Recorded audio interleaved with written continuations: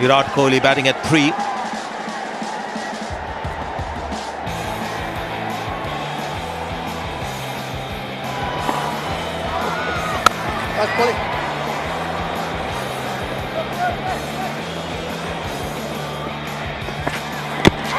Oh, it's a good ball. I think there might have been just a little bit of an inside edge. At least there seem to be two sounds in our ears. We're not going for the DRS. This was that last ball. There had to be an edge, yes. Got him! There he goes, all along the ground. 4. Very hard, straight back in an area you hardly ever find a fielder. Yes, he's got a little bit of room. And yes, somebody said catch it. And he didn't even have time to move the bowler. Excellent placement. Very difficult shot to time, but it was the placement that was the key. Off the bottom edge, will run away for 4.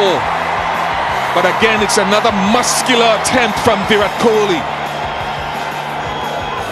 Virat Kohli usually very efficient in changing gears in his innings. Sliding on a bit, Hayden Walsh Jr. with this delivery. Just nearly was hoping for something to play on there. Top edge all the way for 6. No problems with that. The space in the space, there's bounce as well. He was trying to bowl maybe a slower bouncer. The ball still came on. Just have the eyes of the ball. It's not, again, perfect execution. There was a bottom edge 4 earlier. This is a top edge 6.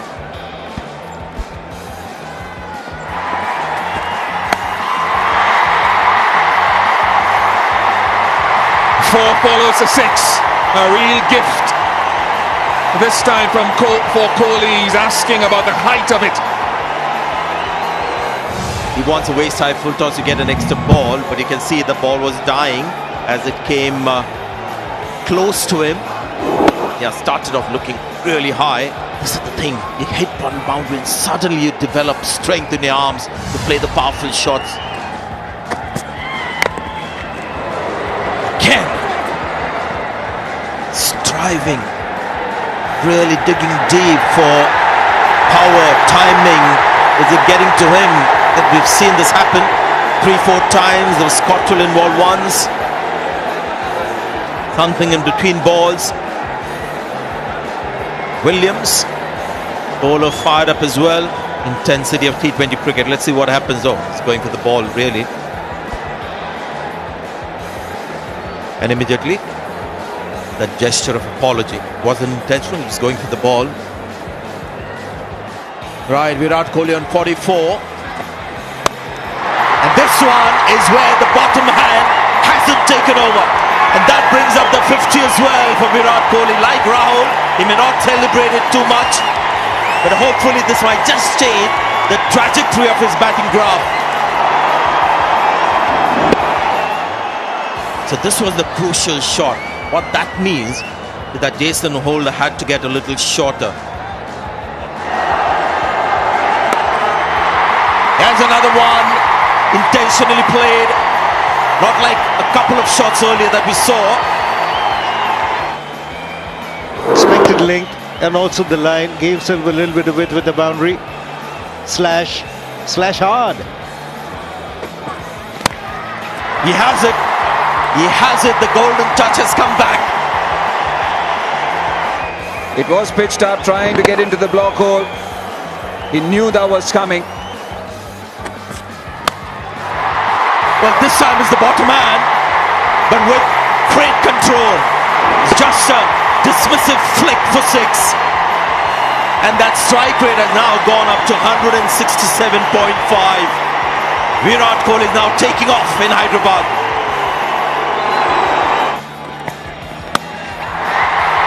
He's got all of that.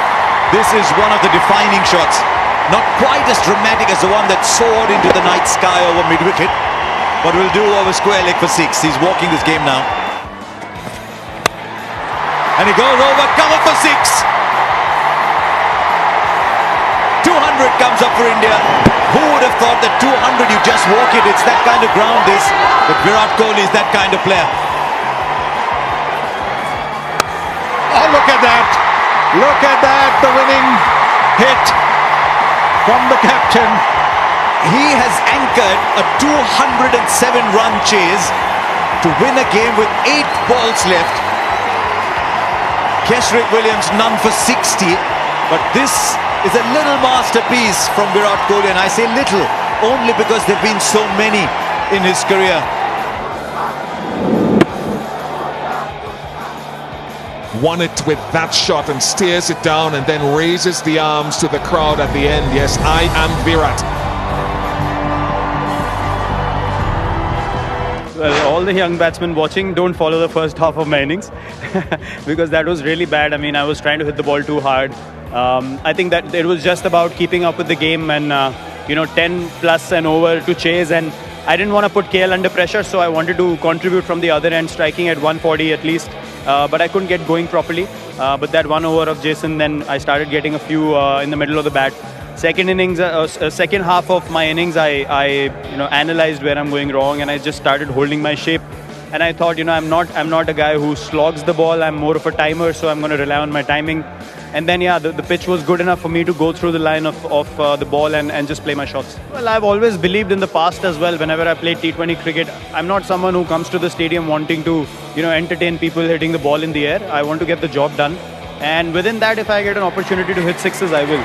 But the aim is not to play slam bang cricket. I think my role in this team is to play long. Myself or Rohit, one of the guys, has to play in the end because our strength is usually, strike in the later half of the innings and our strike rate goes up.